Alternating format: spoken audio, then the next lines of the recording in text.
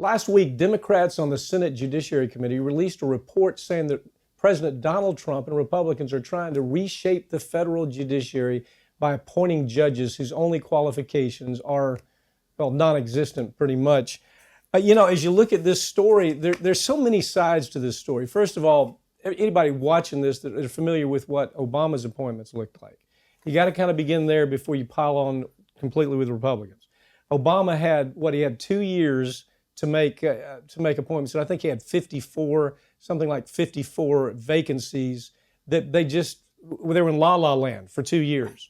And the reason that I'm so offended by that is because some of the lawyers that were kind of trying to advise Obama were telling him two things. First of all, get busy, because Republicans, just like Bush, got busy where it came to appointments. Second of all, the appointments that Obama made were like these silk-stocking corporate lawyers who had never done anything except represented corporations. And now I'm appearing in front of those Democratic appointment, silk-stocking, Covington, Burling, Jones Day judges, and they are awful.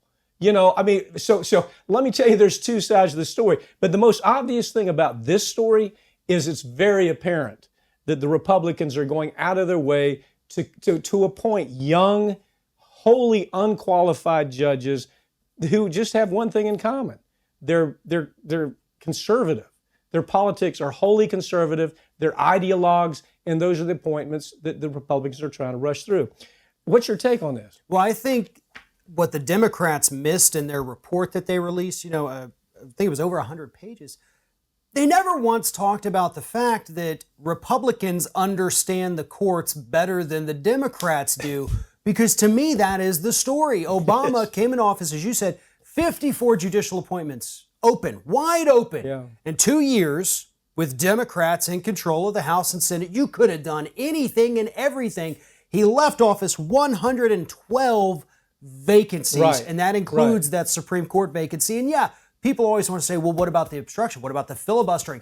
Recess appointments. You could have done that at any time when they took their August break, when they were gone longer than Bush 3 did days. it. Clinton even did it. Yeah. And Obama never once took advantage of that, never once took advantage of the bully pulpit, as the Republicans do every day now. We see them talking about these Democrats aren't letting us appoint these unqualified people. Well, okay, look, the other side of this, there's so many sides to this, really. This story is infuriating on so many levels.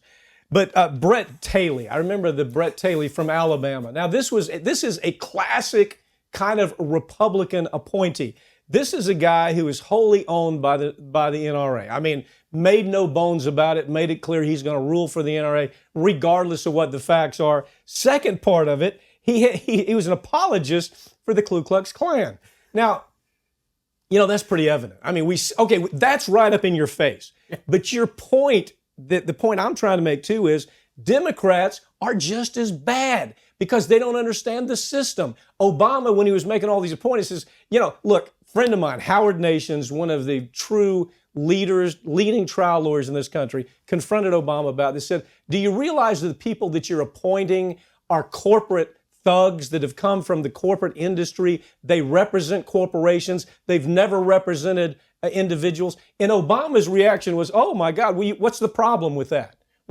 Aren't they going to be fair when they become judges? Well, no, Mr. Obama, they're not going to become fair. Nothing changes. They've represented corporations. These are the people I'm having to appear in front of, and they are just as bad or worse than Republican appointees. But the difference is, you look at these Republican appointees, Feinstein's out there making, she's leading this charge about how bad the appointment. Look at what Feinstein did where it came to Democrats appointing Democrat judge. I mean, she was just as bad as everybody else, which is the point Democrats don't understand. It's like they never understood how important judicial appointees are. They can change politics.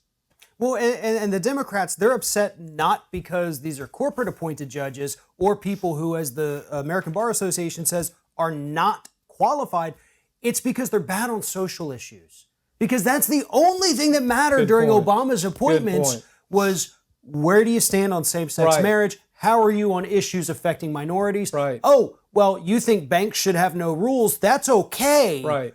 as long as we can throw the base a few bones saying that, but you're good on social issues, they'll screw your bank account. Farron, you've written half a dozen articles on this as editor of the Trial Lawyer magazine, and I live it every day. They're a Democratic appointment. They're real, as you point out, they're good on things like gender and race and stuff like. But where it comes to money, it comes to where a corporation committing fraud, it comes to where a corporation polluting an entire ecosystem.